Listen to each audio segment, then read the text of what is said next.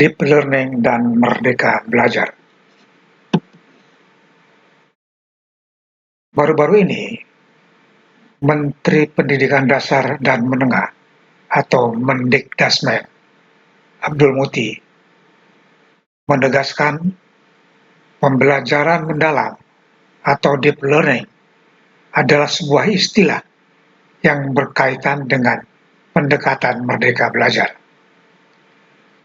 Rancangan ini bertujuan untuk meningkatkan kapasitas siswa. Deep learning itu bukan kurikulum. Itu adalah pendekatan belajar, ujar Abdul Muti saat ditemui usai acara bertajuk Pak Menteri Ngariung yang digelar untuk menampung aspirasi para sastrawan di halaman kantor Badan Bahasa Jakarta, Jumat 8 November 2024 malam.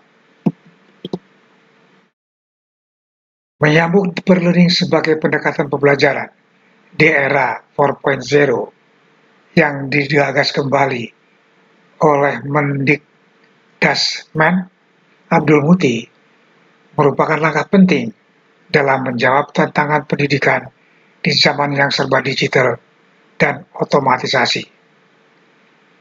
Deep learning menekankan pembelajaran yang tidak hanya berfokus pada penugasan pengetahuan secara teknis, tapi juga pada pengembangan keterampilan berpikir kritis, kreativitas, kolaborasi, dan pemecahan masalah yang mendalam.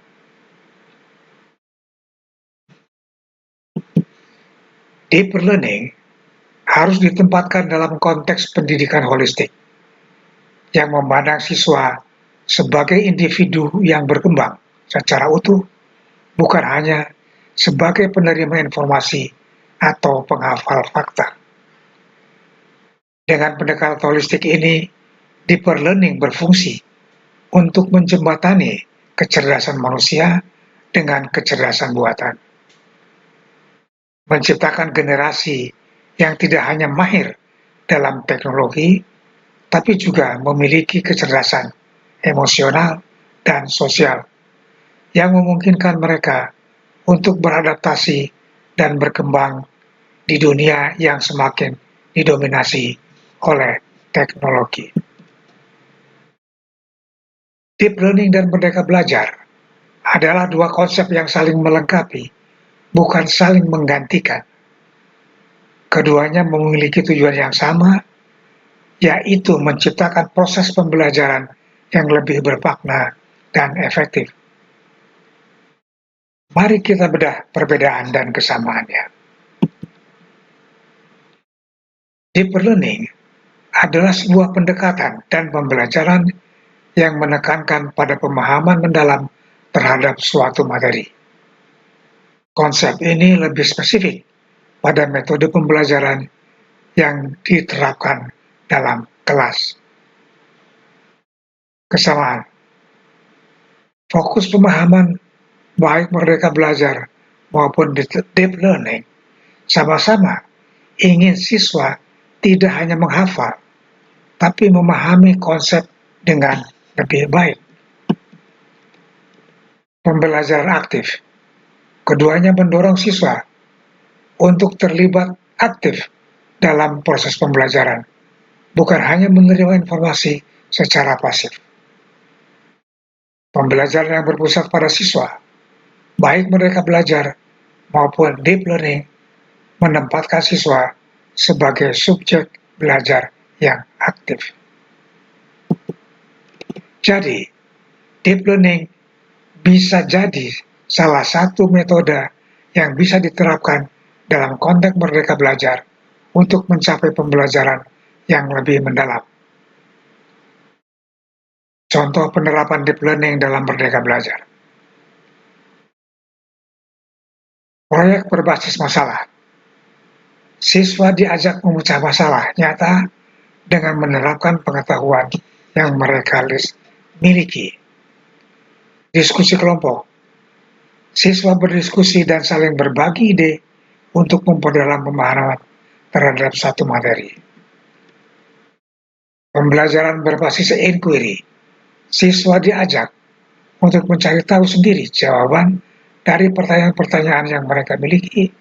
Intinya, deep learning bukan mengganti merdeka belajar, melainkan salah satu alat yang dapat digunakan untuk mewujudkan merdeka belajar. Jadi, deep learning bisa menjadi metode yang efektif untuk meningkatkan hasil dari konsep merdeka belajar. Mengapa demikian? Pembelajaran yang lebih mendalam atau deep learning mendorong siswa untuk menggali lebih dalam satu materi, bukan hanya menghafal. Hal ini sejalan dengan tujuan merdeka belajar yang ingin menciptakan pembelajaran yang bermakna. Fleksibilitas. Deep learning dapat disesuaikan dengan berbagai gaya belajar siswa dan minat masing-masing. Ini mendukung prinsip fleksibilitas dalam merdeka belajar. Keterampilan abad ke-21. Deep learning melatih siswa untuk memiliki keterampilan berpikir kritis, kreatif, dan kolaboratif yang sangat dibutuhkan di era digital. Motivasi intrinsik. Dengan memberikan kesempatan kepada siswa untuk mengeksplorasi dan menemukan sendiri, deep learning dapat meningkatkan motivasi belajar siswa. Bagaimana deep learning bisa meningkatkan hasil merdeka belajar? Proyek berbasis masalah. Siswa diajak untuk memecahkan masalah yang nyata dengan menerapkan pengetahuan yang mereka miliki. Ini membuat pembelajaran lebih relevan dan bermakna. Pembelajaran kolaboratif. Siswa bekerja sama dalam kelompok untuk menyelesaikan tugas. Hal ini melatih kemampuan dan berkomunikasi dan berkolaborasi. Penggunaan teknologi. Deep learning dapat dipadukan dengan teknologi seperti AI, big data, untuk memberikan pengalaman belajar yang lebih interaktif. Contoh penerapan deep learning dalam konteks merdeka belajar.